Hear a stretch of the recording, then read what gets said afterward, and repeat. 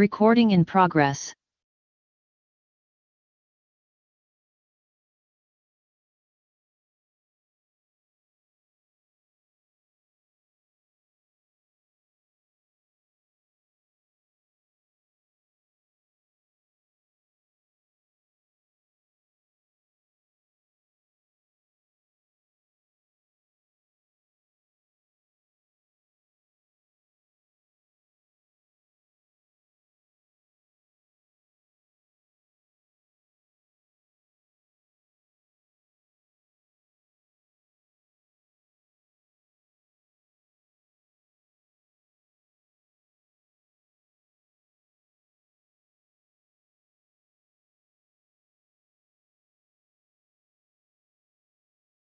Recording stopped.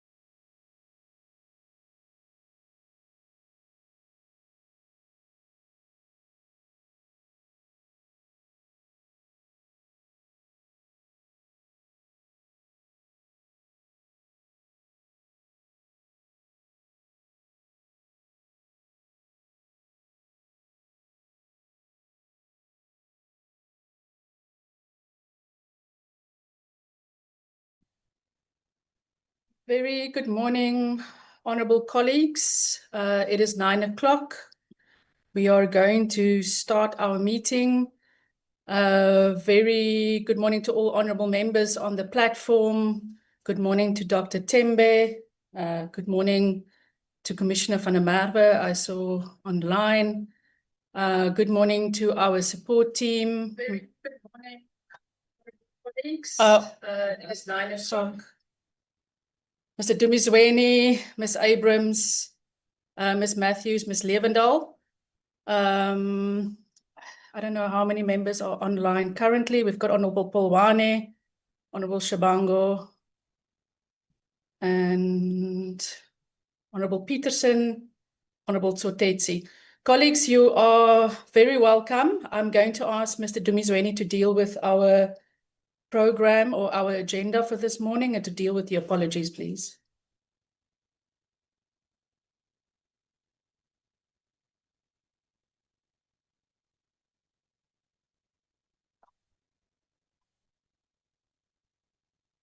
Thank you, Chairperson. Greetings to you, honorable members and colleagues. Am I audible, Chair? You are, Mr. Dumizweni. Okay, thanks, Chairperson. Today's programs is as follows, Chair. At 9, we're gonna be opening and welcoming. We're gonna be also adopting the agenda between 10 past 9 and quarter past. And then we're gonna be briefed by the Constitutional Legal Services on the Concord judgment pertaining to the CGE appointments. Dr. Lutz is also here as part. Thereafter, we're gonna be briefed from quarter to 10 to quarter past 10. That is 30 minutes. Gonna be briefed by Dr. Tembe from ISD on the same matter. That is the Concord judgment, and also the reappointment of commissioners to serve on the National Council for gender equality. And then, Chair, it's going to be open for discussion. Members are going to be asked questions and getting the responses. Then at quarter past 10 to quarter past 12, like I indicated, there's going to be discussions. And then from quarter past 12 to quarter 2, we're going to be dealing with the advertisement, that is adopting it, considering and adopting it, and also the program, as well as the application form, the online application form. In fact, let me say the application form that will be presented by Ms. Kashifa Abrahams. I will also be presenting on the advert, Chair. For now, Chair, that's all. Coming to apologies, Chair, we've received one apology from Honorable Mbiko so far. She indicated that she's got a business to attend. In fact, she's traveling to the airport because there's a pressing matter that she needs to attend. That's all from my side, Chair. For now, thank you so much. Thank you so much, Mr. Dumizweni. Can I then take the hands for someone to move for the Recording in adoption of progress. our agenda and a seconder, please?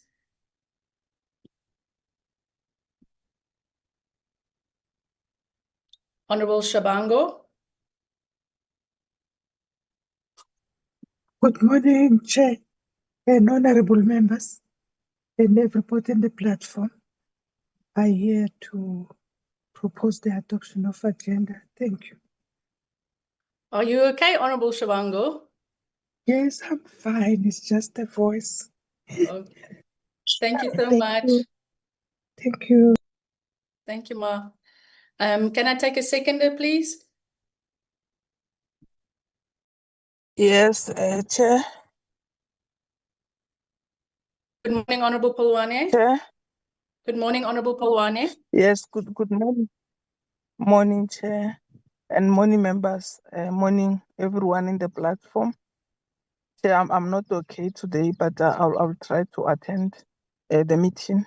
I second the move for the agenda. Thanks. Thank you very much, Honorable Member. Colleagues, yes, I didn't welcome the team from Parliamentary Legal Services. You are also welcome to Dr. Lewitz and her team. Colleagues, we meet this morning because, as you are aware, that the Constitutional Court handed down judgment on the 1st of August of this year, pertaining to a case relating to the work that Parliament did last year or in the previous administration in terms of appointing commissioners. The Concord ruled that Parliament failed to comply with its constitutional obligation to facilitate reasonable public involvement and recommending persons to be appointed as members of the Commission for Gender Equality. The appointment of 5 respondents as commissioners to the Commission for Gender Equality was deemed to be invalid, and that relates to the chairperson, Advocate Mogale, the deputy chairperson, Commissioner Naidu, Commissioner Gumede, Commissioner Ngomane, and Commissioner van der Merwe. And the Concord gave this portfolio committee 12 months then to redo the work that the previous portfolio committee had undertaken. So, of course, then it becomes very important this morning for us to receive legal guidance on how the Speaker's Office and Parliamentary Legal Services would like this portfolio committee to undertake the work of identifying 5 new commissioners to be recommended to the President to serve on the Commission for Gender Equality. And as Mr. Dumizweni noted, after the 2 presentations, we will then have discussions or questions from you, honourable members, whereafter we will move to adopt the advertisement and the programme associated with us fulfilling this task. So with that having been said, I'm going to hand over to you, Dr. Lutz. Good morning to you, and over to you and your team. Good morning, Honourable Chairperson. Thank you so much, and good morning, Honourable members and colleagues. Chair, I'm here today on behalf of Constitutional Legal Services Office, but also on behalf of my colleague, Lekgotla Moshakua. We have to apologise for his absence, Chair. He was the assigned legal advisor managing this litigation for our office, but he's unfortunately doing a clause by clause on a bill in the Portfolio Committee on Home Affairs. So I will do my best to adequately represent or present his presentation to the committee for this purpose. Chair, I do believe that there was a legal opinion circulated to the committee a while back in which my colleague did set out in detail the findings, what brought us to the case, and where to go from here. So this presentation for purposes is a summary of those 2 opinions, which I assume members have access to. The Corruption Watch brought this application, Chair, to challenge basically the public participation process that resulted in the appointment of some CGE commissioners in 2023. I will refer to them as the affected CGE commissioners, pardon, as it doesn't affect all commissioners, but just that section of appointees from the 2023 process. The Constitutional Court heard the matter in March 2025 and then handed down judgment in the 1st of August 2025. And the judgment was in favour of the applicant, Corruption Watch.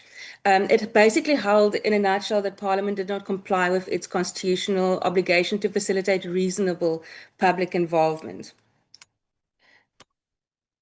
Oh, and now I'm being technically very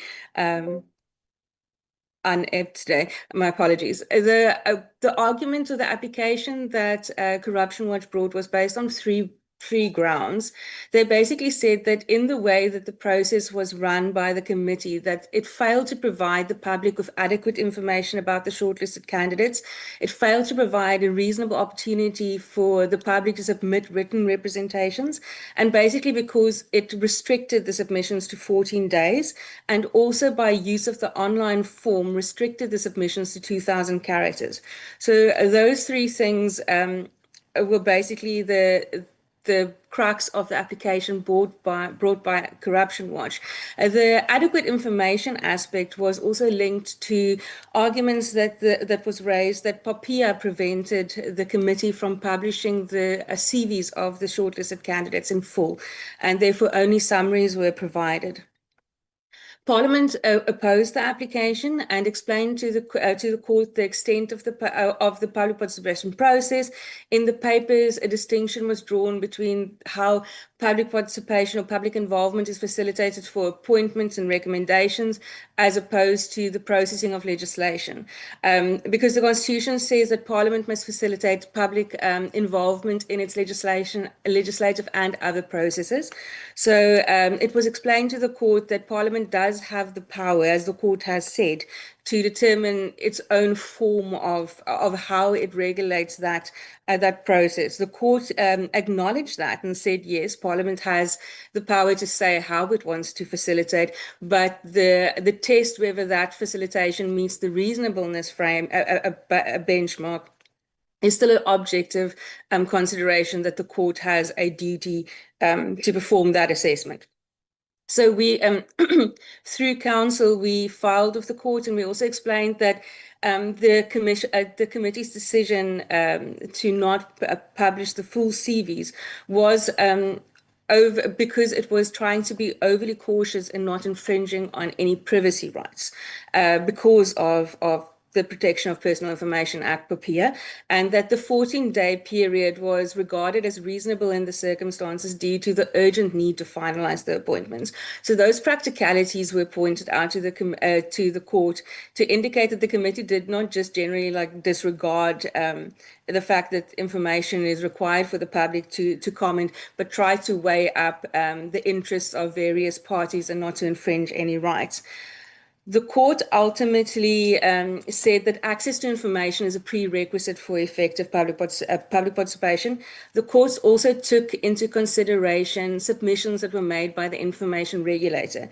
And the information regulator ultimately said that the interpretation that POPIA prevented the sharing of the CVs in full is a misinterpretation of the scope of the Act, because in Section 11 of the Act, it does allow for an entity that has a public duty to share information to do such. And the court reasoned that POPIA itself can't limit Parliament's obligation to facilitate reasonable public involvement to allow for effective participation.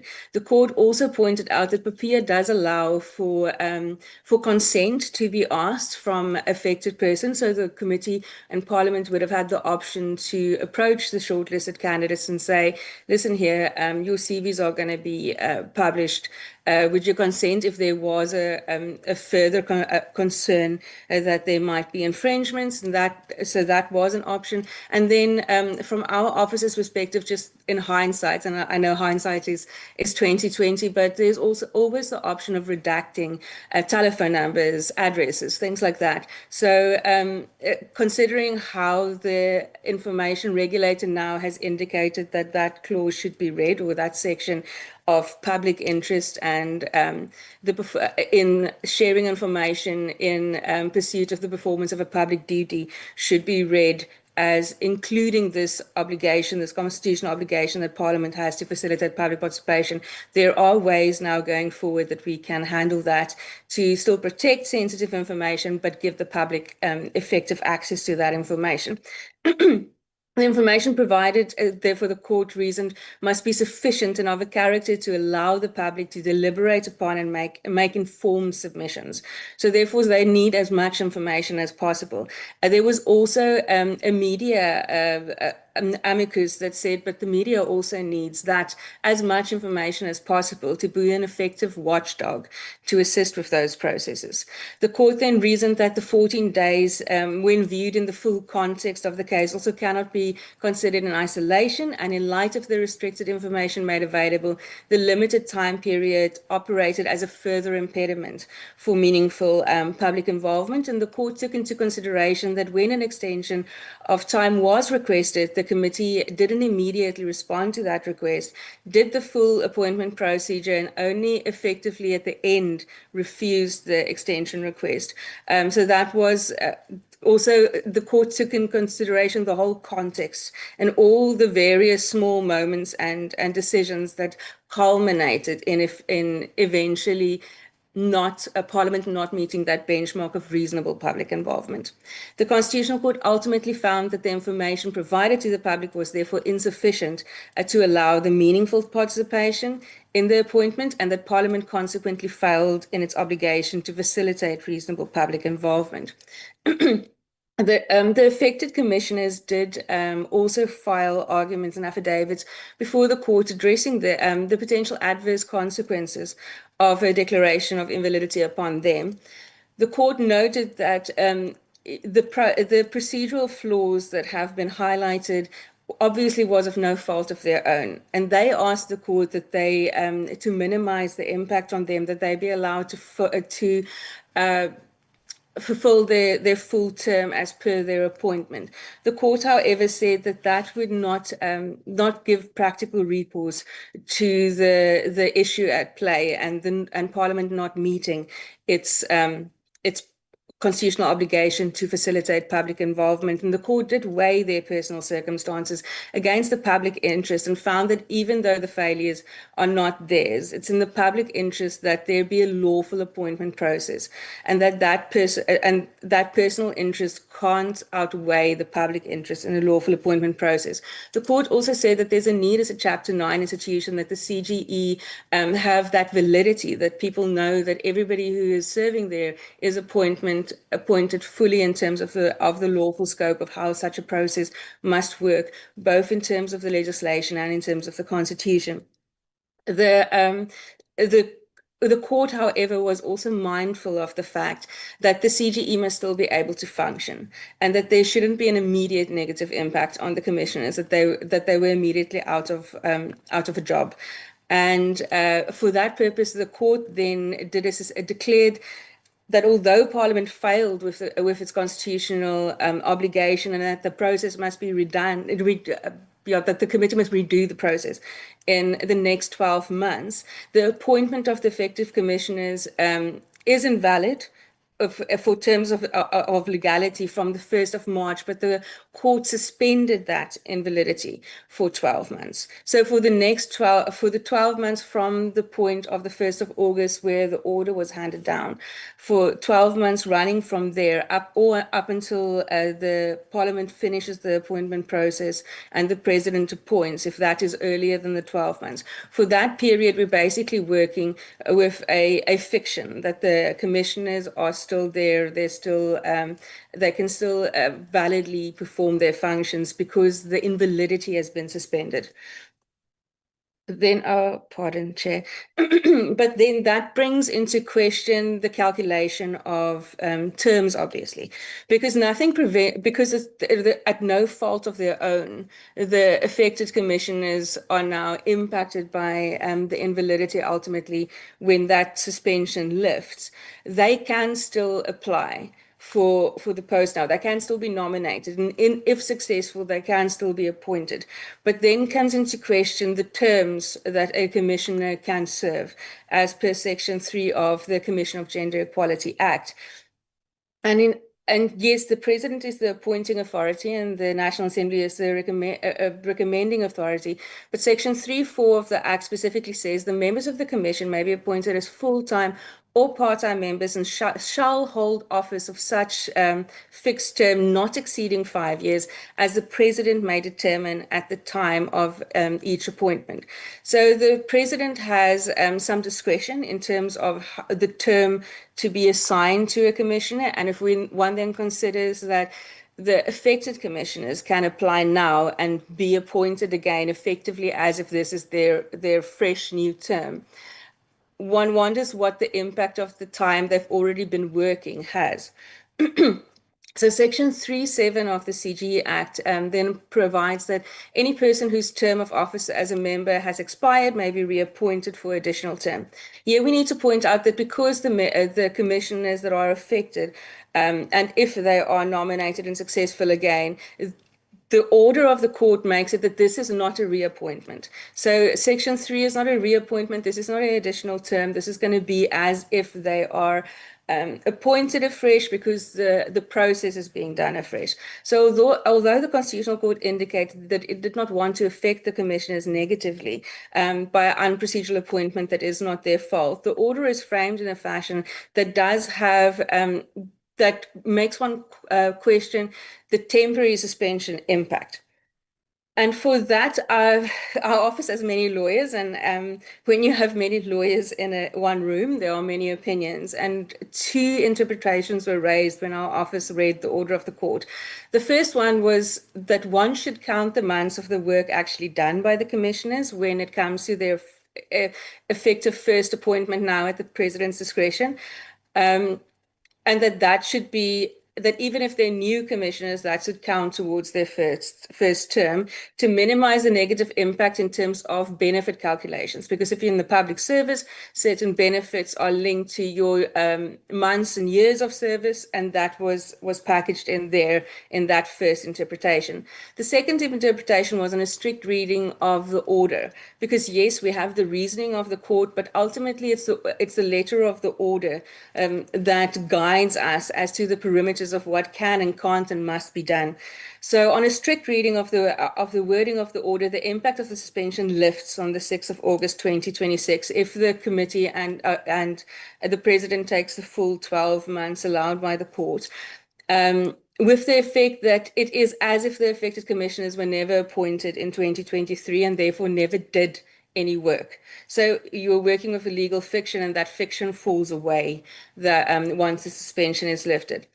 As both these interpretations had arguments supporting them, we then put both of these interpretations to counsel, and counsel expressed the second interpretation as the most appropriate in terms of how the court's order was phrased, and the invalidity of the appointees will therefore be effective. The invalidity of these affected commissioners will therefore be as of 1 March once the suspension falls away. So their appointments will have no legal effect in terms of calculations of terms, although it must be pointed out that the president still has the discretion in terms of Section 3 of the CGE to determine how long he thinks somebody's term should be in the appointment, because we must keep in mind that salaries are being paid. So there is something being drawn from the public purse. There is those interests will have to be weighed up. The committee can point all of that out in its report for the president's consideration when he ultimately makes that conclusion, if the affected commissioners are indeed the chosen recommended individuals in this process and they are successful. So we are also working with this presumption in dealing with this issue. There is no given that they will be successful, but we must take into consideration the possibility that they may. So in other words, their appointment will have no legal effect. But what then can one do? So assuming that all of this works out, they will effectively have served, if they are the full-term commissioners, so let's work on that presumption as well, 3 years and 4 months. But those 3 years and 4 months will fall away. So the president could say, okay, but then your first term will be 1 year and 10 months because we've effectively already paid you. In the event, if the president does that, so if we work on the assumption that in exercising his discretion, he says, but these affected commissioners, if they are successful, then only need serve 1 year and 10 months for their first term, then we do have a way of addressing the prejudice. Parliament has a power to address such issues where there's a financial impact on somebody that is not their fault and would need to be addressed by way of special petition. So in the event that we find that whatever term they are assigned for their effective new first term, if they are successful, then the rules of the National Assembly defines a special petition as a petition requesting a pension or other specific or personal relief for the stage which is not authorized by law. So if, because there might be a difference in their first term calculation when the process is redone, and if they are successful, I want to qualify the if because we can't make promises. if they are successful, then there is the option, if Parliament afterwards sees that because of the invalidity that, say, 3 years of their service is now regarded as a nullity and can't be counted for benefit purposes, say if there's an impact on pension calculations, then Parliament has the power to, by way of a special petition, put in place legislation that specifically addresses this issue, that they, even though law would not allow for those 3 years to be counted, that in terms of this special petition for these specific individuals, those 3 years and 4 months, say, must be added for purposes of benefit calculations. So yes, there is the potential of a negative impact because there are so many moving parts, because there's a discretion, because the court order says as of 1 March 2023, once the suspension falls away, as of 1 March 2023, it's as if these affected commissioners were never appointed. We need to weigh up all these moving parts, and at the end, if they are successful and they are reappointed, if we see that there's an impact on their first term, and the committee feels that prejudice needs to be addressed, there is this mechanism of a special petition. So we are not, the Parliament is not without power to address a potential prejudice that can result. And as the court stated, it is not intended to negatively impact people who weren't at fault in a process that was flawed. So the committee and Parliament does have this in their back pocket to, at the end of the process, when we assess it and Parliament feels there is a prejudice that must be addressed, this can be addressed by way of a special petition. So, Chair, I think that is where my song ends, and I can hand over to my colleague at OISD. Thank you, Chair. Thank you very much, Dr. Lutz. We really appreciate that presentation. Dr. Tembe, can I hand over to you? Thanks, Chair. Good morning, honorable members. Good morning, colleagues. So mine will not be detailed as my colleague had done, especially because I'll have speaking notes because it was, I found it quite a little bit inappropriate for me, actually for the committee to request 2 opinions from the same institution, but it's different units. So my starting point now will not be on the critique of the Concord judgment, because I think now it's all said and done and everyone knows what has been the issues. Now, my starting point will be actually to look at what is our proposed response on those aspects which were found wanting moving forward. In other words, how Parliament should address or respond to those aspects. This could be through policy changes or other measures. In other words, our responses should be informed by the root cause of the identified shortcomings. The question is whether we need a policy response or some other measures to address the identified shortcomings. Then whatever choice we make, what is the approach to adopt in these particular circumstances? So my colleague had dealt with this issue thoroughly, even going up to permutations. If this happen, perhaps this is the way to go. So perhaps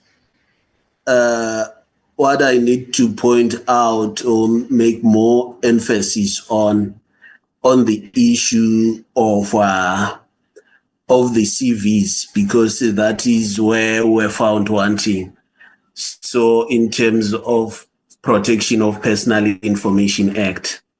So there we had the committee or Parliament had published insufficient CVs. It was resumed. So perhaps moving forward now, the committee in the advert from the onset should point out to candidates that if you apply for this position, you consent to your CVs being published. So then it's on the decision of the committee on how to actually to have some redacted portions of the CVs, especially in particular look to the IDs and addresses. So those were the issues, because the critical part, which I think the Concord relied upon, it's Section 3.1 of the CGE Act, which says that the commission shall consist of a chairperson and no fewer than 7 and no more than 11 members, who should have a record of commitment to the promotion of gender equality, and be persons with applicable knowledge or experience with regards to matters connected with the objects of the commission. So the court, because we had published the qualification, so in essence, what the court says, it says, no, produce actually the experience and the activism of those people. So that is one major aspect which I believe the committee should consider moving forward now on the issue of the CVs from the advert, that actually you consent to your CVs being published.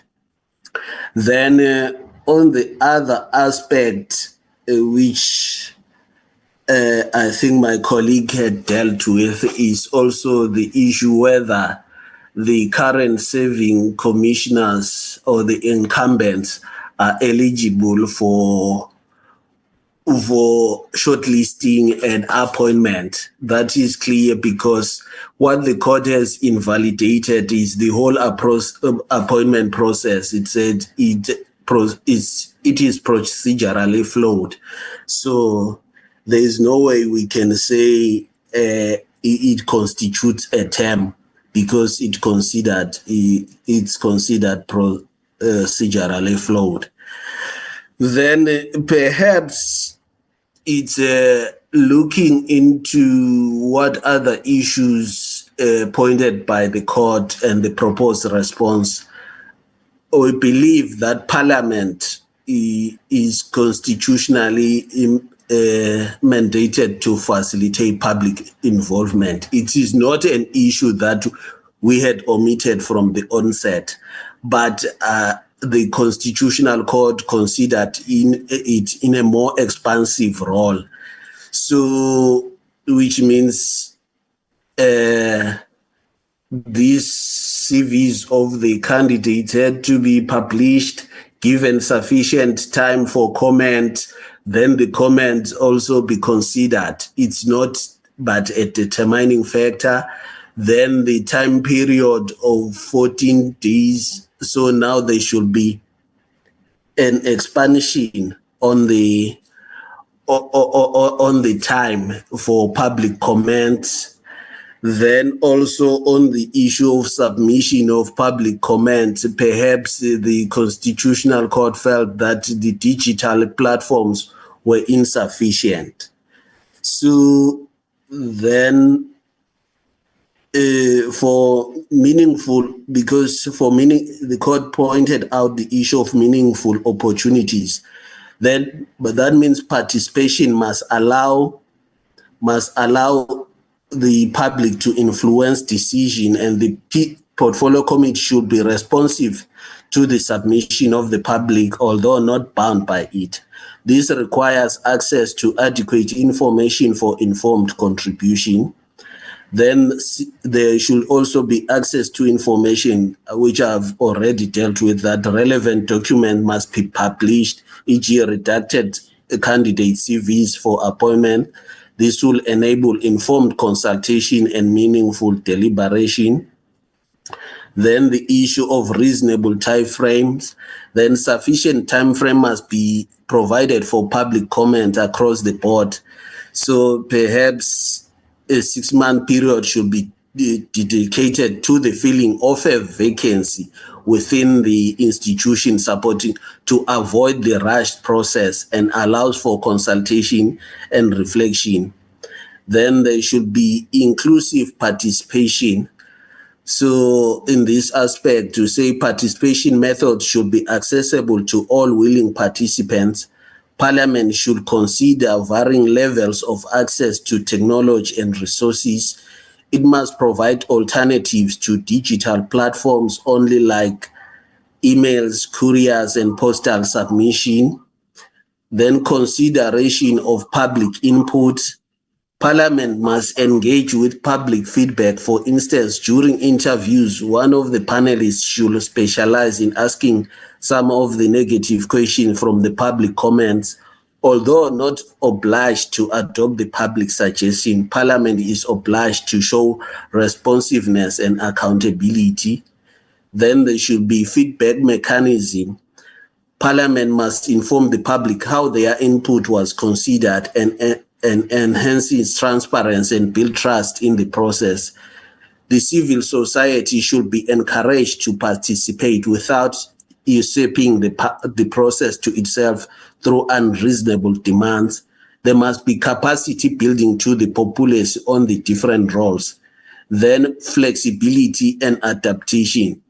The participation procedure should be tailored to the context and adapt methods based on the nature and importance of the legislative issue. Committees should learn from each other on the best practice, because what we used, which the Constitutional Court found it to be wanting, because we had a comparative analysis of what happened with the Human Rights Commission, what happened with the post of the Deputy Public Protector, but the Constitutional Court said no, this is somehow not reasonable. So that is our input concerning the proposed response, because the other issue, the issue of criticism or critique, has already been dealt by my colleague. The issue of permutation, we've already dealt by my colleague. So what I had to do, I only had to provide a way forward on the proposed response and actually advise the committee that from the advert, even we have to close any loophole. Then even after the shortlisting, then we also close any loophole. We have sufficient time, especially the time for the advert should at least go to a minimum of 4 weeks or more than 21 days, which becomes reasonable. Secondly, even the same issue with the time allowed for public participation, at least it should be more than 3 weeks to 4 weeks. So perhaps because 14 days, the Constitutional Court found it to be insufficient.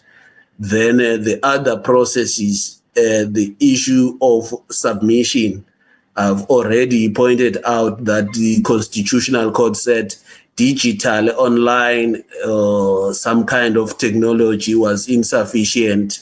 So, which means it warrants that even there should be postal submission, emails, or other stuff for the process to move forward. So that is all that I can add to what has been said. Thanks, Chair.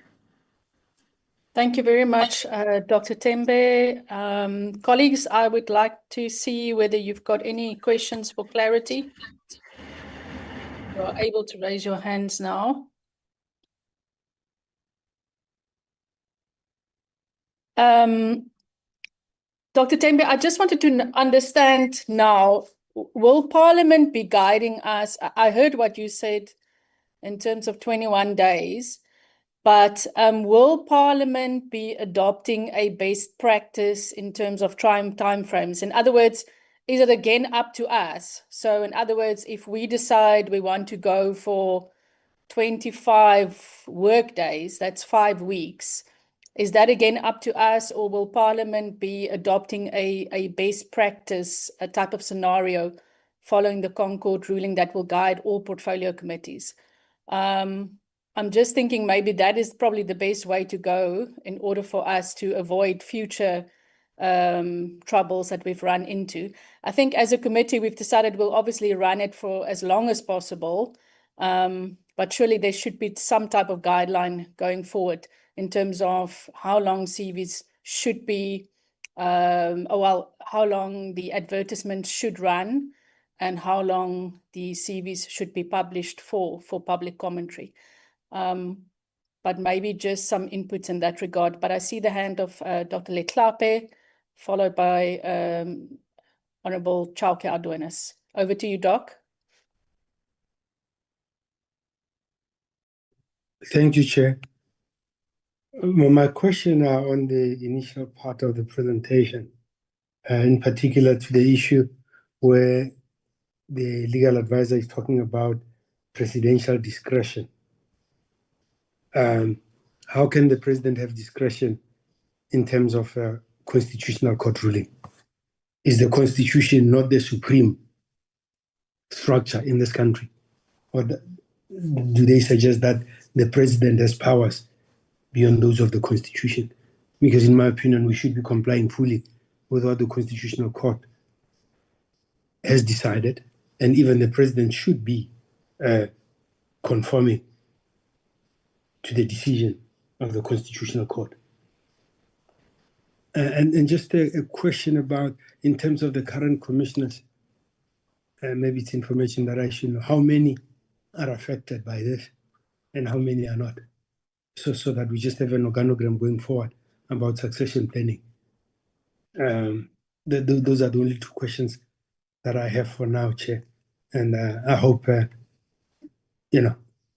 thank the two structures of Parliament on the advice they've given to the committee. Thank you, Chair. Thank you very much, Doc. Over to you, Honorable Chauke Adonis. Although I just want to say, I think Doc will be corrected, but the 5 commissioners that are affected is the chairperson, Advocate Mogale, the deputy chair, Commissioner Naidu, Commissioner Gumede, Commissioner Ngomane, and Commissioner van der Merwe. But will be corrected if we're wrong in that regard. Over to you, Ms. Chauke Adonis. Thank you very much, Chairperson, and greeting to yourself and honourable members, and also from to the legal experts and the support staff as well.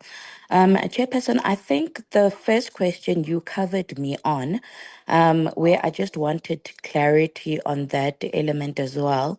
And the second question that I had, Dr. Leklape's question, the second one, I'm also covered on that and will then await the response.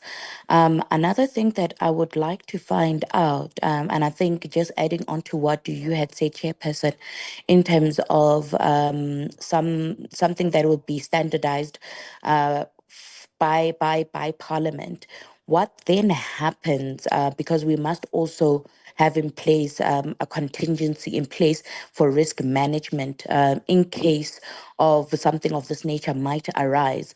Are we sure that the proposed 21 days perhaps would then be sufficient? Are we setting a wrong or a correct precedent? Because if I am correct in the court judgment, it does not give us the number of days, but it does indicate that as part of the argument, the 14 days were not sufficient. So for example, if we were to come and say, okay, we're moving it from 14 days and now we are making it an additional 9, now we're making it 19 days. How will we be guided in that regard so that we do not find ourselves being taken back to court on this very process? The second thing that I would like to mention would be, and I do appreciate both the legal units, which they've really expressed that it is of no fault of the commissioners that were appointed. And I think, Chairperson, what we must also do in this process is also consider the performance of the commissioners since their appointment, and also taking into consideration that perhaps if there are commissioners that might not make the shortlisting process, how much time we'll get. I mean, how much time will we have, perhaps, to make a submission so that we can ensure that there's no prejudice against those who might not then be returning, especially when it comes to benefits. I think if we can get that response from the legal, that would greatly assist us. My last question, Chairperson, I think this then would speak to how do we ensure that the processes are legitimized, and there is no political interference, in a sense that if you look at the timelines of when the commissioners were then appointed by the president and the time in which the case, or yes, let me say the case was then brought forward, if I'm correct, is by Corruption Watch, that's about 9 months. For me, one would say there might be some sort of interference that took place. How do we ensure that this portfolio committee then is protected from that going forward? Thank you very much, Chairperson. And perhaps we should also have something that regulates, that says after a specific period of time, then there cannot be any further, complaints or something. I don't know if that would then be something that we then review legislatively, or how do we ensure that the work that is done by the portfolio committee in appointments or shortlisting is also protected from any form of interference, external interference that might seek to destabilize decisions or processes that we have undertaken. Thank you very much, Chair. Thank you very much, Honourable Chaka Adwenes. Okay, I'm going to hand back to Dr. Tembe and Dr. Lewis in that order. Yeah. Oh, Honourable Polwani, my apologies. Did I raise my hand? No, your hand's not raised, but please proceed, Honourable Polwani. Oh, it's a technology. No, thanks very much, Chair. And let me pass my greetings to you again and everyone in the platform, our legal department, members of parliament. Chair, I'm just lost a little bit. I just want to check something before we can go on. Is this issue or this matter is a matter of the committee to start the process, or we must report back to parliament before we can start as the committee? I'm just want to check that one, Chair. Thanks. Thank you, Honourable Polwani. No, we've been given the green light to proceed. In other words, we're hoping today to adopt the advertisement and to adopt the program associated with this work that we will undertake. But we need to be guided by Parliamentary Legal Services in terms of us, obviously, having the correct advertisement with the correct details. You would have heard Dr. Tembe saying, for example, we must make it clear in the advertisement that CVs will be published in full, well, not in full, but I mean, there will be CVs published on our website. We obviously need to make sure that we've got a longer advertisement period calling for nominations. We obviously have to deal with the issue of how long we give the public to be able to comment on our shortlisted candidates.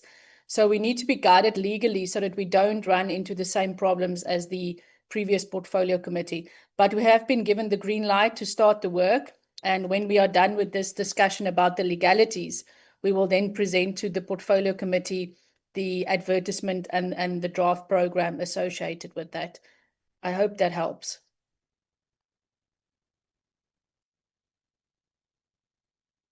Okay, let me hand back to Dr. Tembe and Dr. Lewis.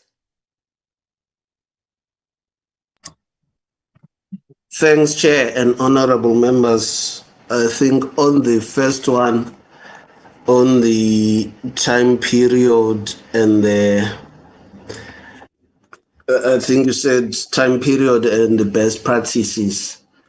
Currently, Parliament, on its own commitment to strengthening governance and accountability and oversight, is developing a framework for standardized appointment and removal procedures for the institutions supporting democracy that will apply across the board. This initiative draws from historical parliament reports and international comparisons. The initiative aims to develop more consistent, transparent, and context-sensitive processes while respecting the diverse mandates of the ISDs. This will be done to align Parliament priorities and policy implementation to conform to the Constitutional Court injunction, which was an indictment on the highlighted disparities, variance, and comparators.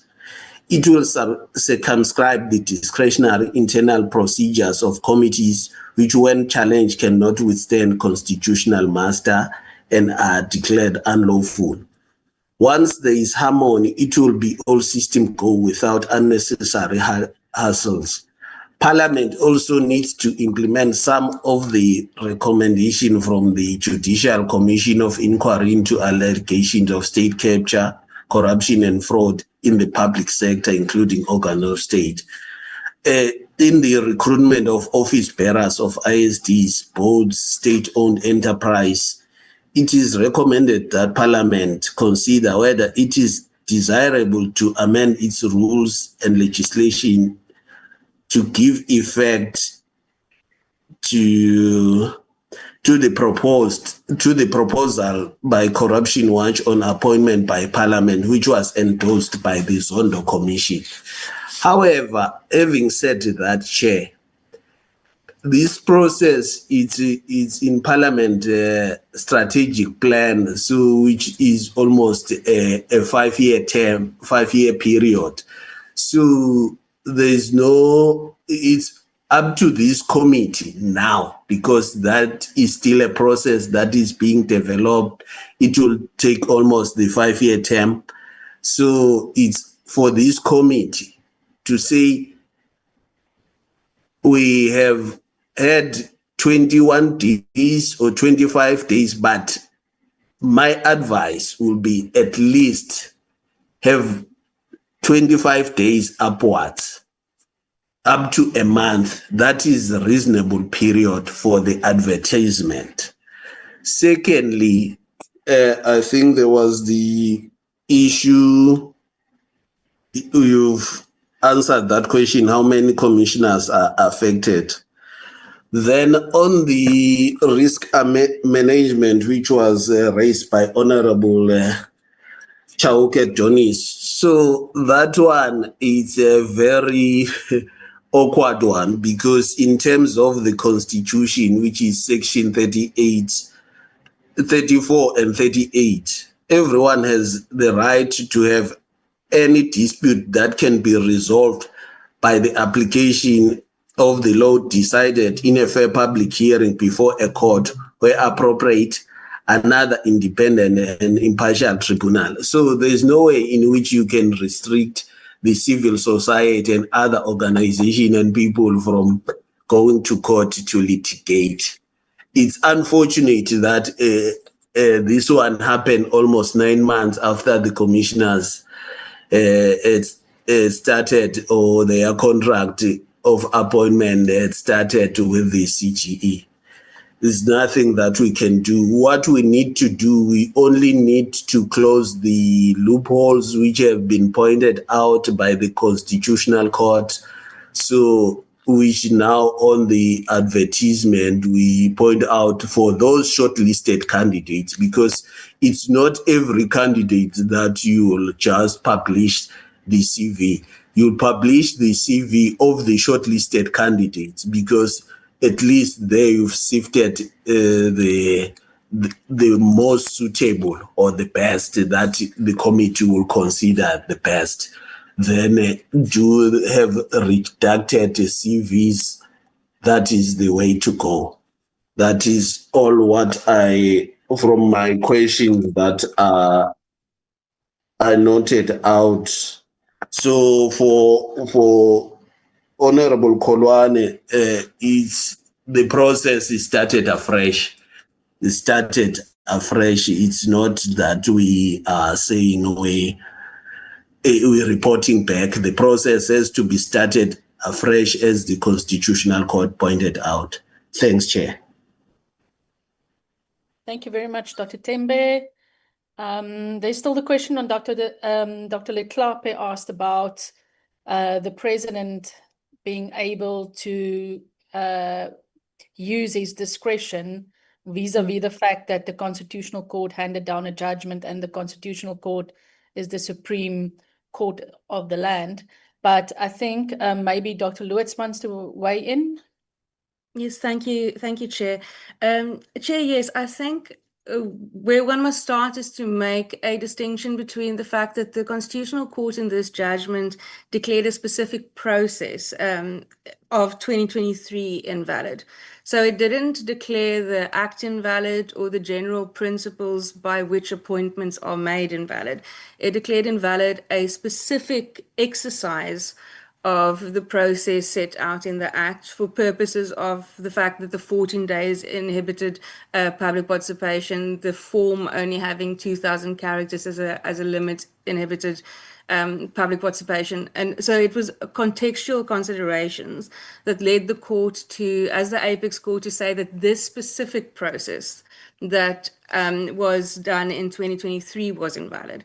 So the Act is not tainted by this. The Act itself, in terms of Section 3(4)(a), says that members of the Commission may be appointed as full-time or part-time members and shall hold office for such fixed term, not exceeding 5 years, as the President may determine at the time of each appointment.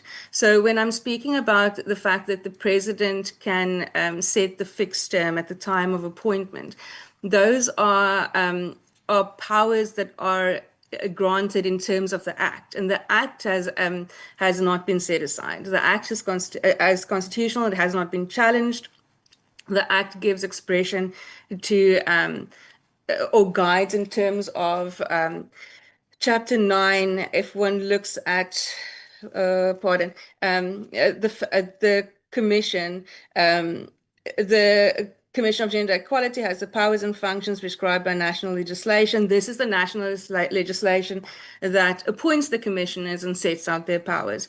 And this Act itself was not, the validity of this Act itself was not in question in the case. So for this purpose, when it comes to the calculation, the Act says that the term can be set by the President in terms of Section 3, and that a commissioner can be reappointed. In terms of Section 3, sub 7, any person whose term has expired may be reappointed for one additional term. So there is a maximum as to a term can be 5 years, but the President can say, oh no, it's 3 years, it's 2 years. So the Act gives that power there.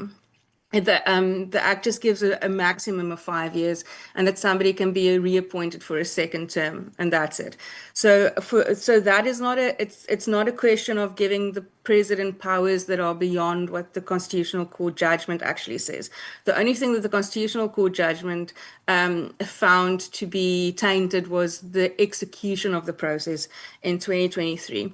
Then, Chair, you have correctly identified the commissioners that are affected, and my colleague, Dr. Tembe, has also confirmed that this is a process that starts anew, and nothing prevents the committee from going on with that.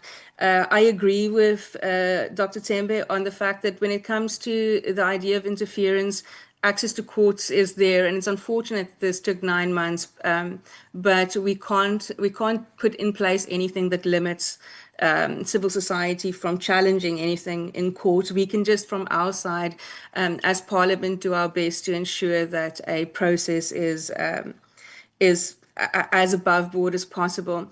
Perhaps also just to add, Chair, currently without like a best practice framework, our office is of the opinion that and as the court says, Parliament does have the power to determine its own internal processes and to set how it wants to run a process on a case-by-case basis. So context and flexibility is important here.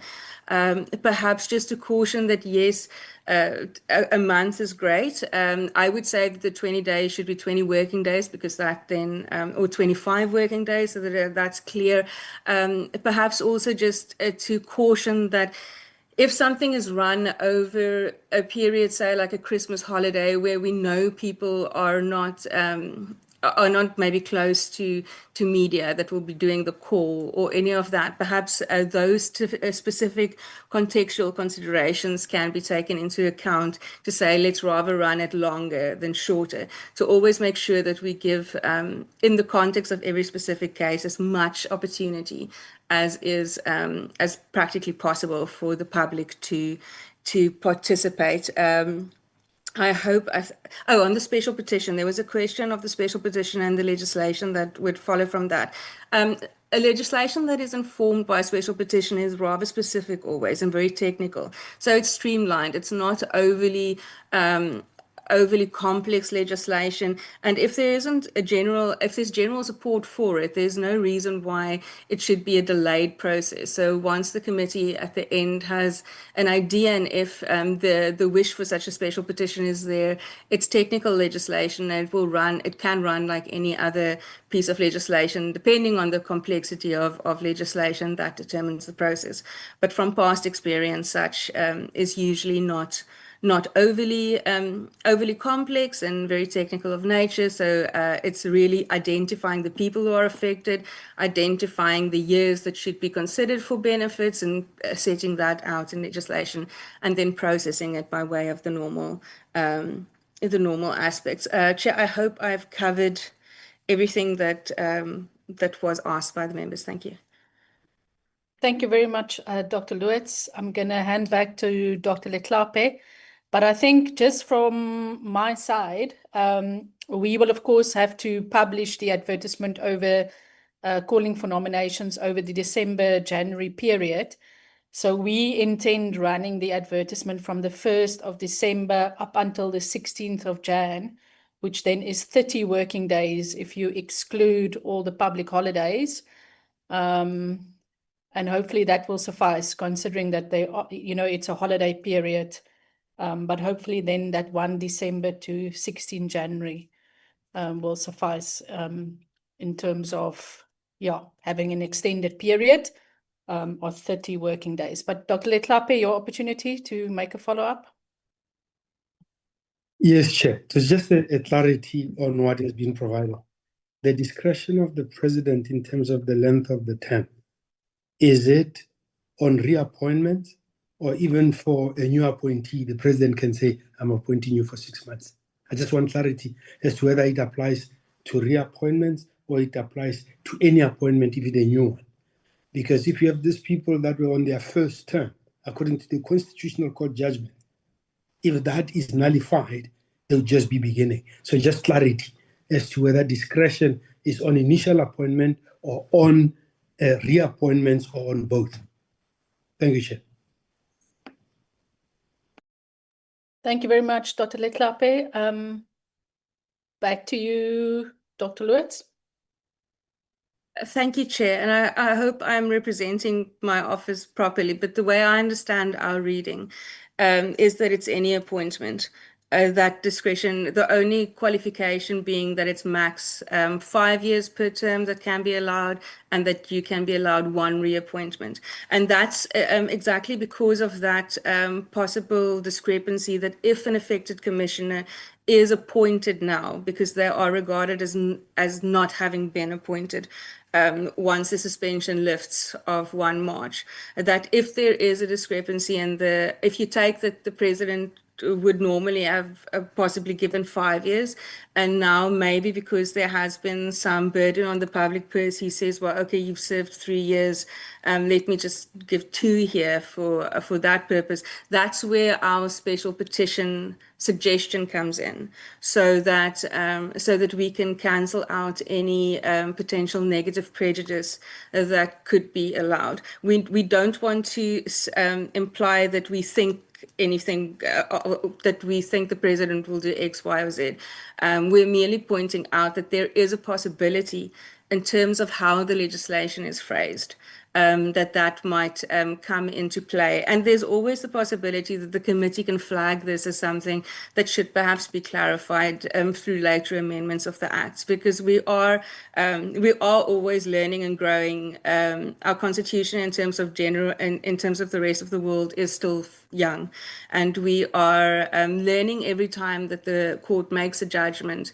We go, oh, this is a consideration that we might not have foreseen, and here's an impact that we may not have foreseen. So we are constantly weighing up ways in which we can limit any negative effect to an innocent party, for lack of a better word. I hope that assists. Thank you, Chair. Thank you very much, Dr. Lewis. Dr. de Klappe, is that a legacy hand, or do you have another follow-up? No, I'm just following up on that it might be advisable, Chair, that we seek a declaration from the President with respect to this lot, because we don't want to end up in litigation afterwards.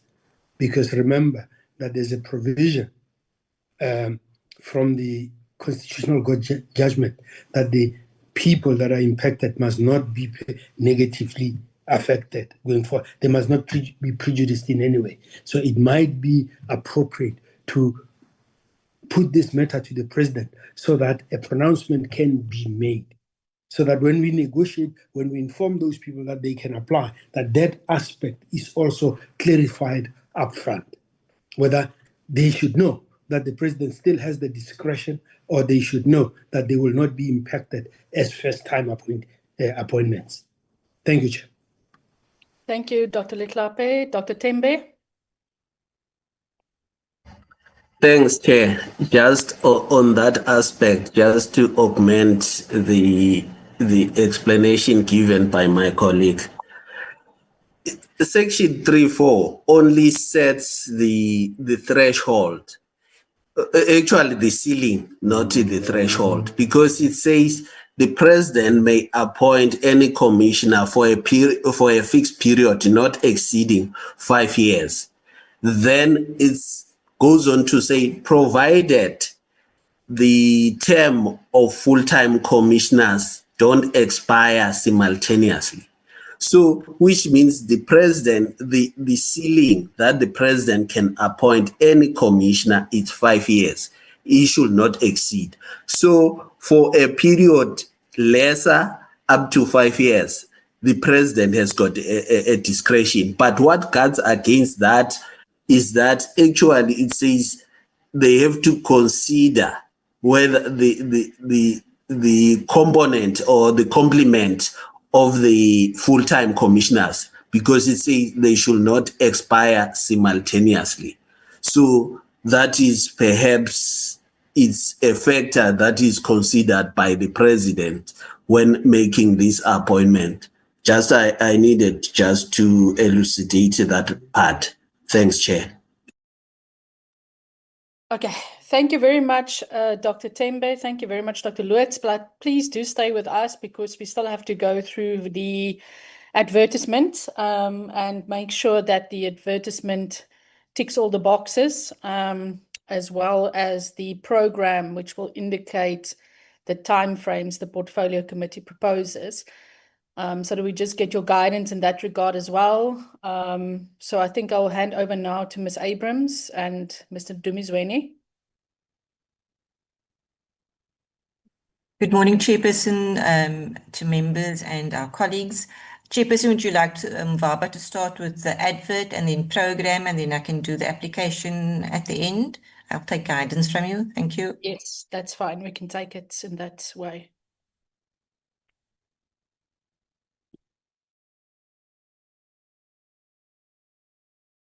Thank you, Chairperson. What I will do is that I will read the advert as is. It starts as follows. Call for nominations and applications for individuals to serve as commissioners to the Commission for Gender Equality.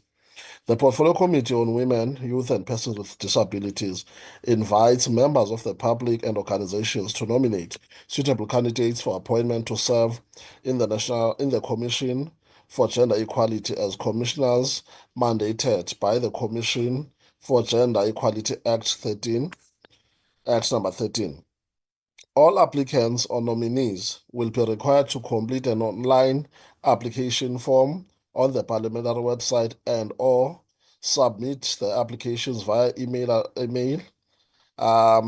The email address will be inserted there, and also there's a download link that will be provided for those who want to post or deposit or in fact send their emails in person or submit by hand at Parliamentary Visitors Centre, 100 Plain Street, Cape Town, City Centre 8000. All applicants and nominees are required to upload certified copies not older than 6 months of their identity documents and academic qualifications. A list of shortlisted candidates and their resumes will be published on the parliamentary website to allow members of the public to comment on their suitability of candidates. Disclosure of personal information for candidates is subject to lawfully processing and secure storage. All shortlisted candidates will be subject to pre-employment screening by the State Security Agency and verification of qualifications by the Parliamentary Human Resources. All applications will be in line with Protection of Personal Information Act number 4 of 2013 and Employment Equity Act number 55 of 1998. The President will, on recommendation of Parliament, appoint a member to the Commission for a term of office not exceeding 5 years. The members of the Commission may be appointed as full-time or part-time. Any person whose term of office as a member of the Commission has expired may be reappointed for one additional term. The candidates, these are requirements. The candidates must be South African citizens who are fit and proper persons for appointment to the Commission and a broadly representative of South African community and have a record of commitment to the promotion of gender equality and have applicable knowledge of and experience in matters connected with the objects of the Commission. Nominations must contain full name, address or email address, and contact details of the person organization making nomination, a signed acceptance of nomination by a nominee, including the nominator. Those must be submitted. The proposed date, or in fact the closing date of application, is midnight on 23 January 2026. The inquiries must be sent to the committee secretary, that is myself, and the statement has been issued by the chairperson. I'm not sure, Chair, if I must go straight to the program or No, just so hang on. that it Hang can. on. Yeah. All right. Thank you, Mr. Ntumizweni. I think we need to just get an indication from Dr. Tembe and Dr. Lewis whether they're happy, and then I want to put it to the honourable members so that we can move for the adoption of this advertisement. With that date of January, if we start obviously advertising in December, we've got a very extended period. My only thing from the advertisement is we're not looking for part-time commissioners. We are looking to replace 5 full-time commissioners.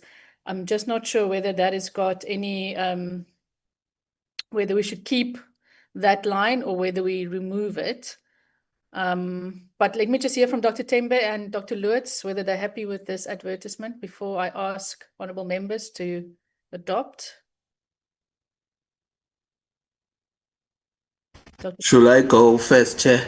Yes, please, Dr. Tembe.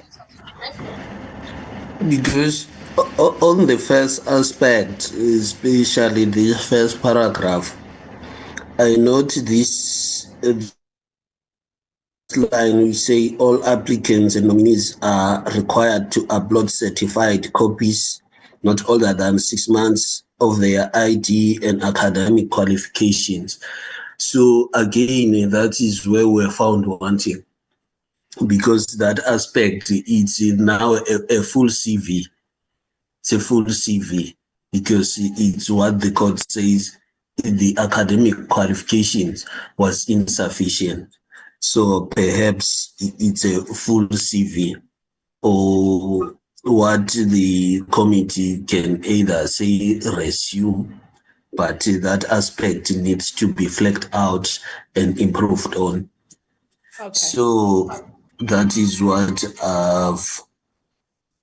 again, the issue, all applicants will be required to complete an online application link to be inserted on the parliamentary website and submit via email addresses and download link to be.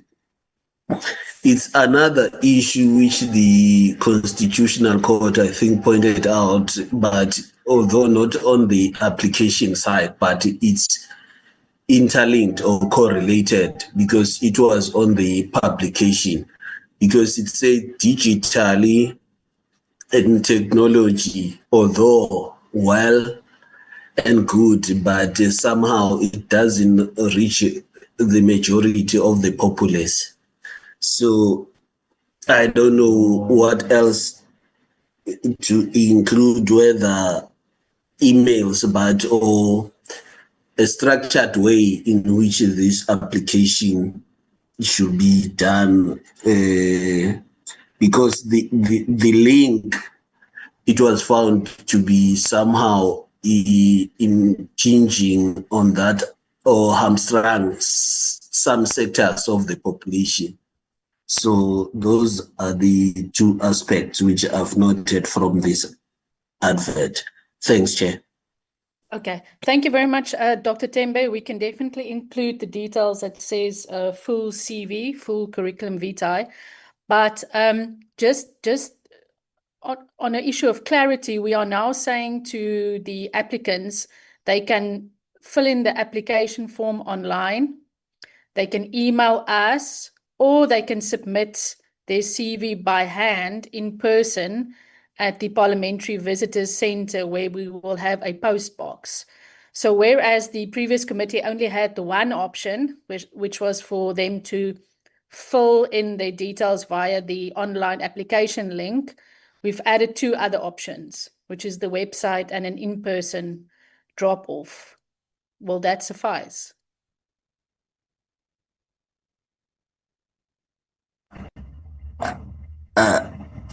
I think so. I think so, Chair.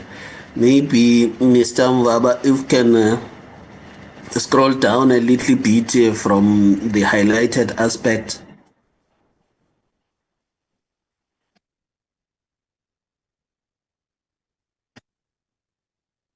Because there, yeah, say a list of shortlisted candidates and their resumes. So you see there, it's either you say they upload their resume, but preferable the curriculum vitae. So, and that will be published on the parliamentary to allow members, okay, subject to lawful processing and secure storage, or it can be symbol set in accordance with the POPIA on that one, because the processing and storage, it's encompassed by the POPIA Act.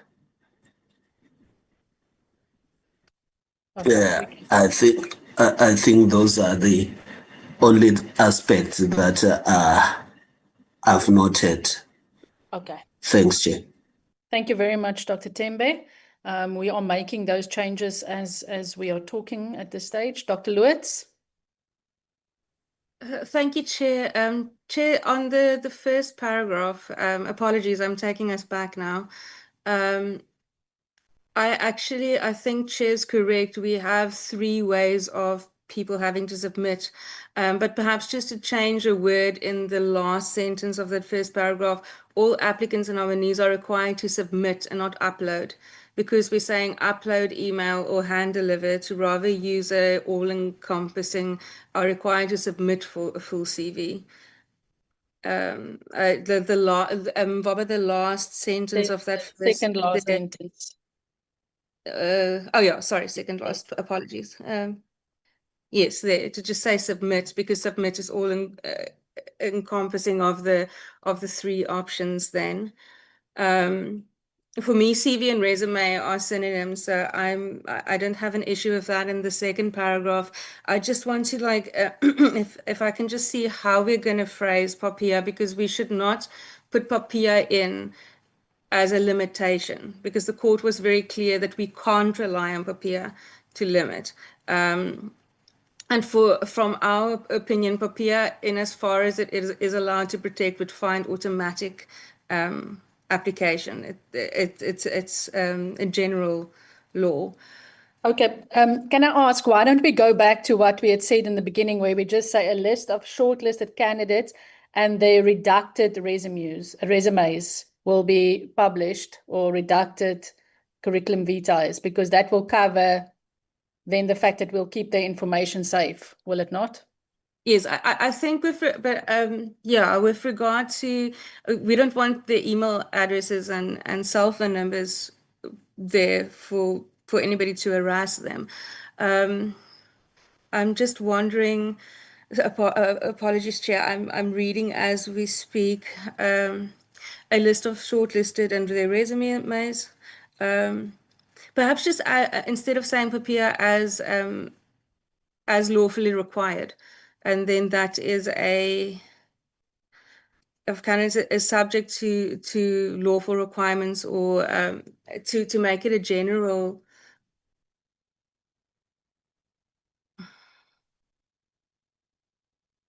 And to not say POPIA specifically, so that we don't create any misrepresentation that we're trying to use that to limit, but then it gives the committee scope.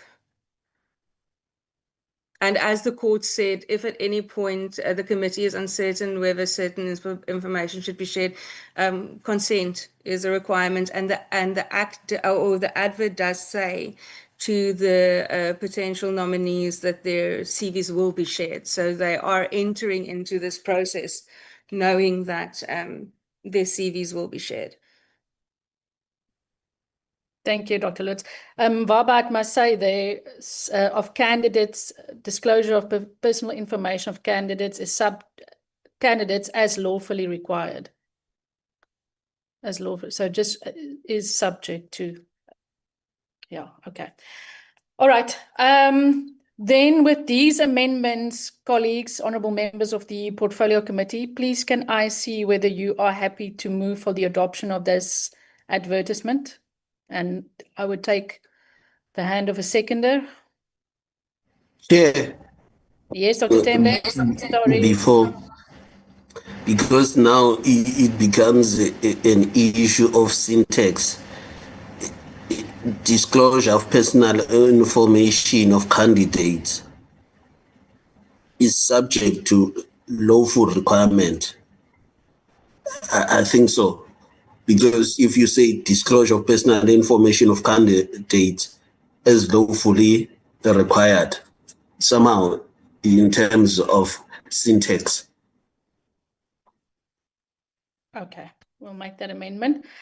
Can I then take a mover and a seconder, please, colleagues? Honourable Kanile. Good morning to you, Honourable Chair. Good morning to honourable members and everyone on the platform. I move that we adopt the advertisement. Thank you very much. Thank you so much, Honourable Kanile. Honourable Shabango.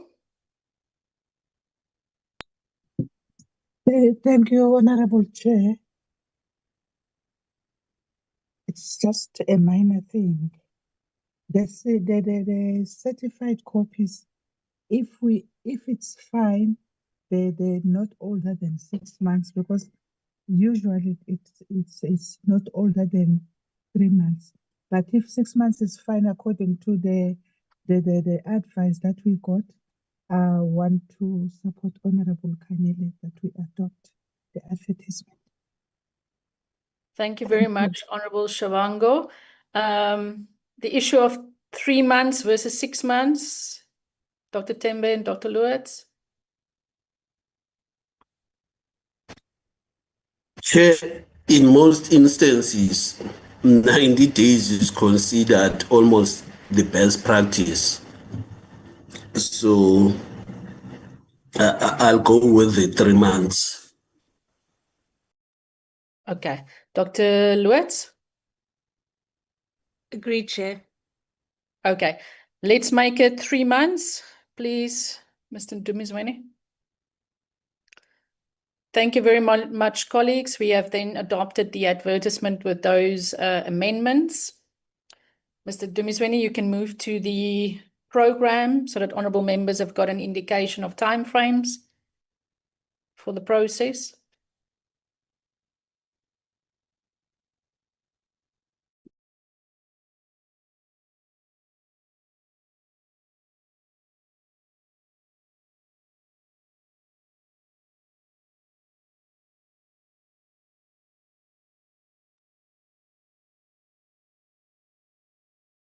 Colleagues, are we winning?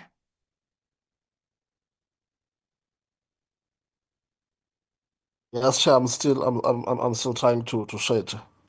Okay.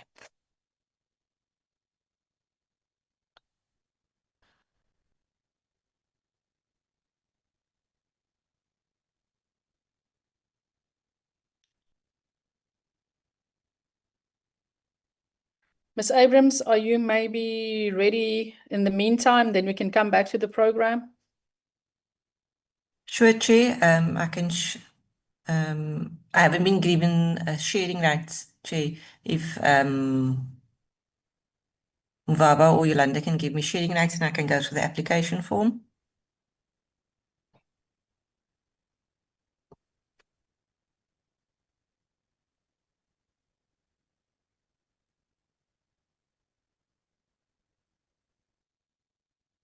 Mvaba, if you can give me sharing rights, please, then I can start the application form. Thank you. Okay, you now co-host, Ms. Abrams.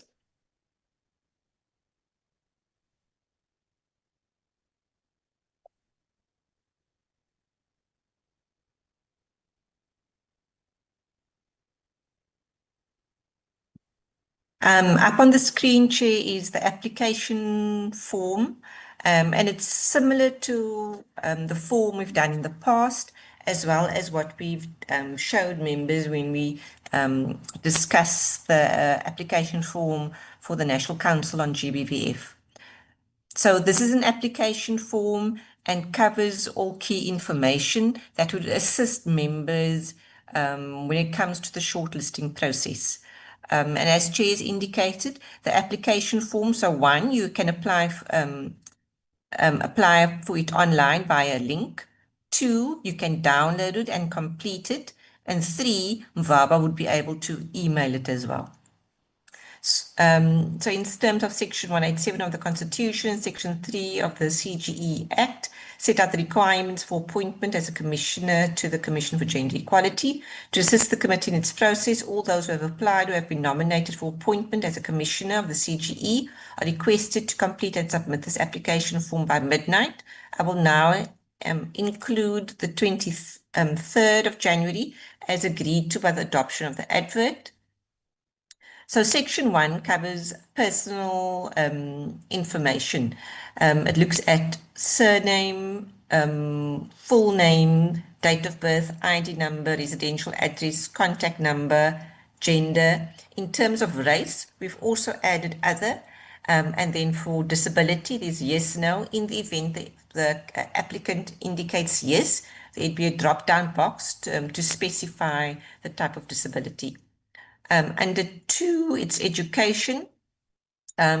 Just in keeping to what the suggestion was for the advert, it will be now 3 months instead of 6 months for certified copy.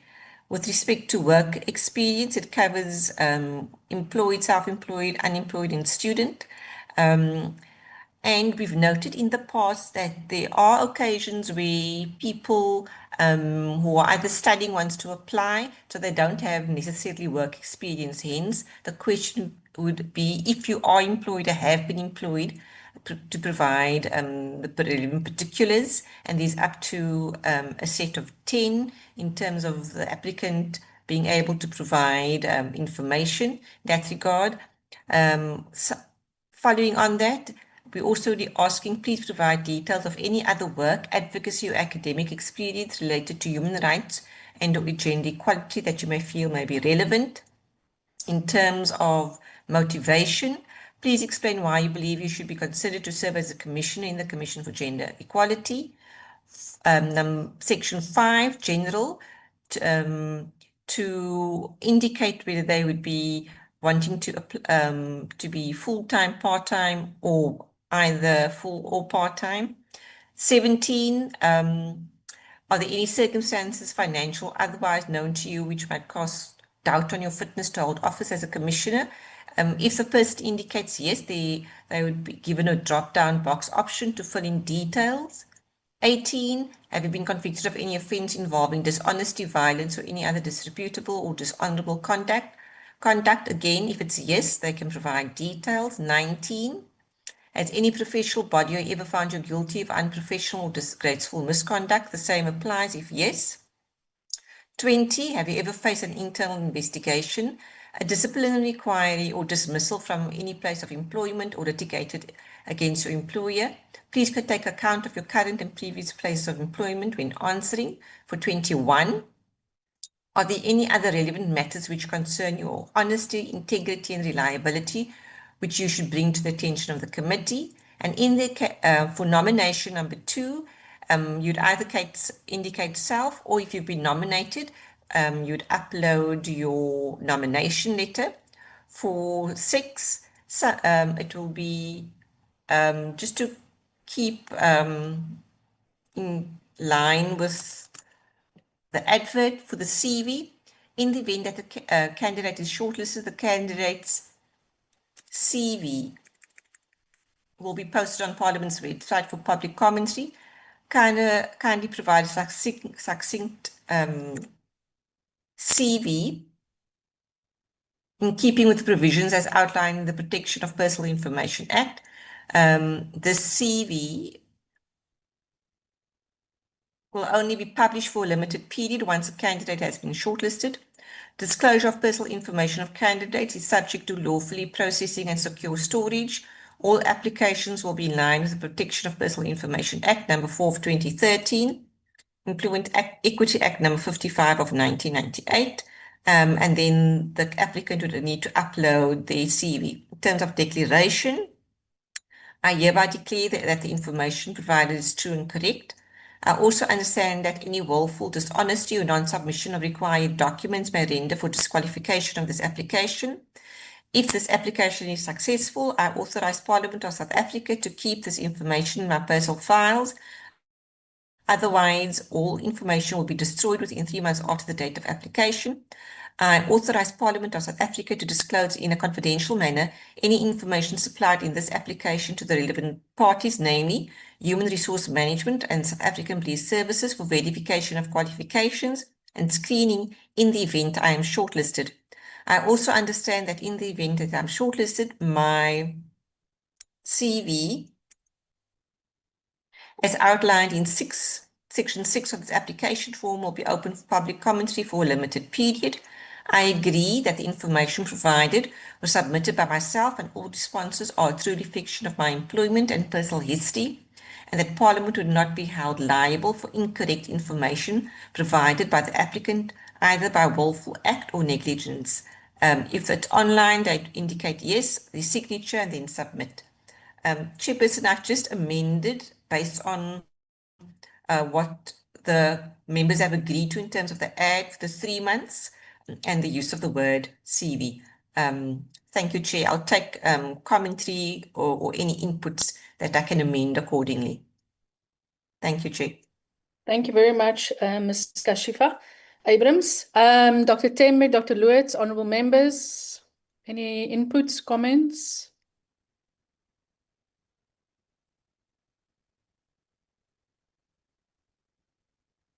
If not, then I assume everybody is happy with the form as is.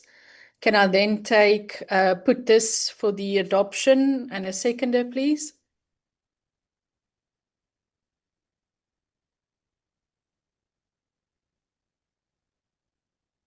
Chair, Honorable Chair. Honorable Pulwane? Yes, I move for adoption of the report. Thank you very much, Honorable Pulwane. Please, can I take a seconder? Honorable Peterson? Thank you, Chair. Greetings to everybody. Chair, I second for the adoption. Thank you. Thank you very much, Honorable Peterson. Mr. Dumizweni, then let's go to the program.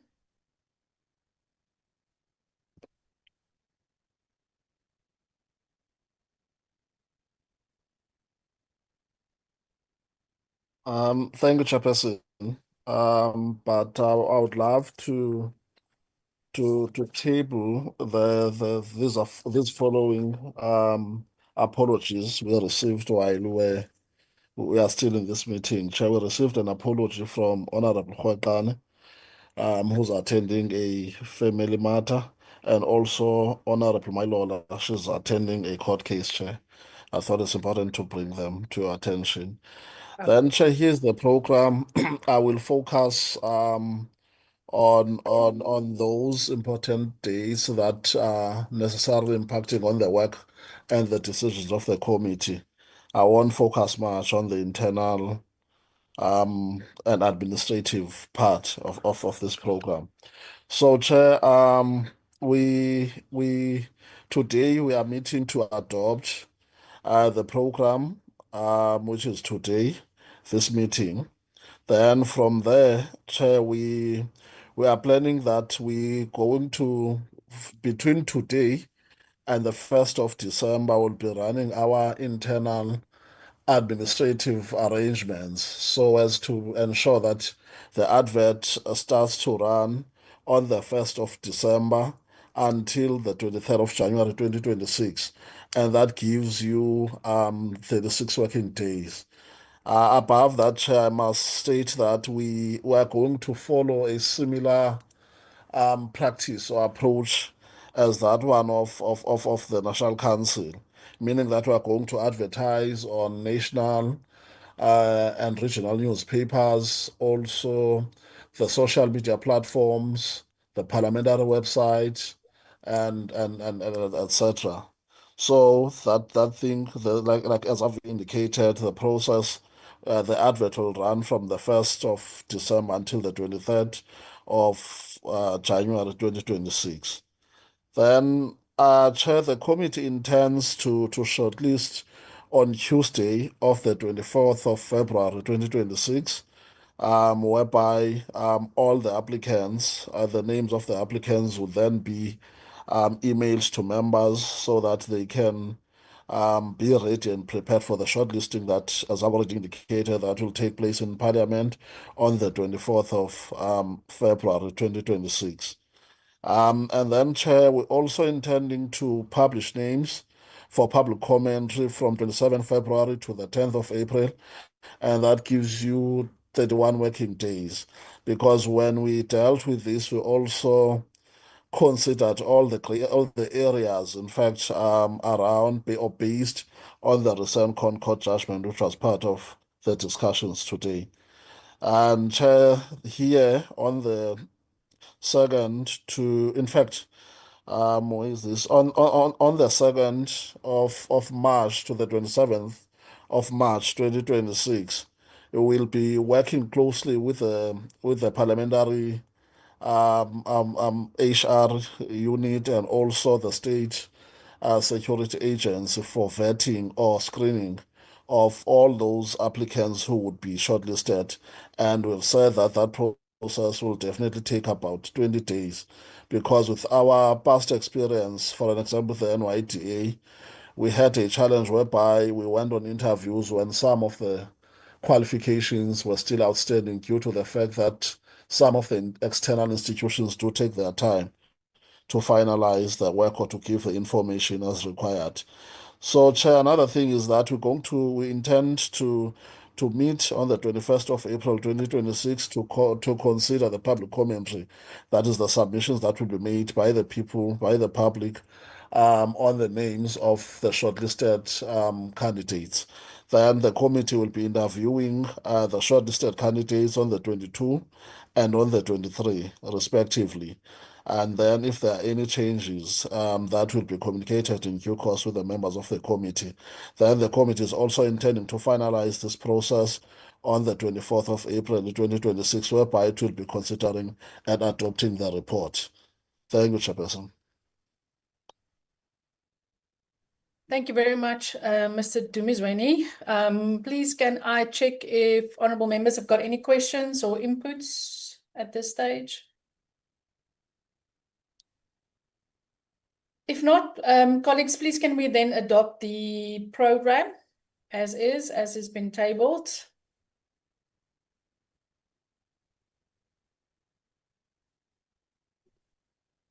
I will take hands, colleagues. Honourable Kanile. Thank you very much, Chairperson. I move for the adoption of the program.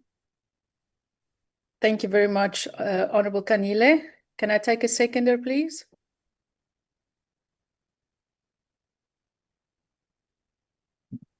Honourable Peterson. Okay. Honourable Peterson. And Honourable Polwani. You can both second. I second for the adoption. Thank you, Honourable Peterson. It was seconded by. Covered. Thank you, That's by it. Honourable Polwani and Honourable Peterson.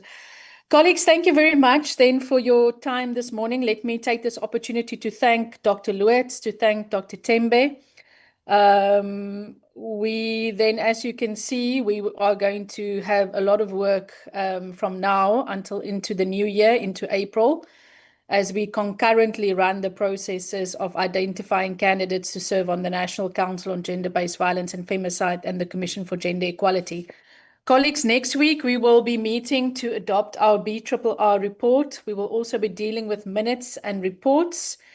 And we will also have a session next week dealing with constituency issues. For those of you who attended our strat plan, we had a resolution. We took a resolution that said that once a term, we will give honourable members an opportunity to table any constituency issues that you want resolved, taken up, or forwarded to other departments. I will ask Mr. Dumizweni just to communicate exactly with you about the details of what we require of you for next week. I know Ms. Kanile, Honourable Kanile, has already got an issue that she wants us to consider next week. So apart from us dealing with reports, BRRR minutes, we will also be dealing with your constituency issues next week. But colleagues, that is it. We've had a short meeting, but it was a productive one. I then want to wish you all well as we start our NA sittings again today, and we will meet again next week. This meeting is now adjourned. Thank you, colleagues. Thank you, Chair. Thank you, Honourable Chair. Thank you, Thank you, Polwani. Chair. colleagues. Thank you, everyone. Thank you. Thank you, everyone. Thank you, Chair. Thank you, Honourable Adams. Thank you, Mr. Thank you, Mama.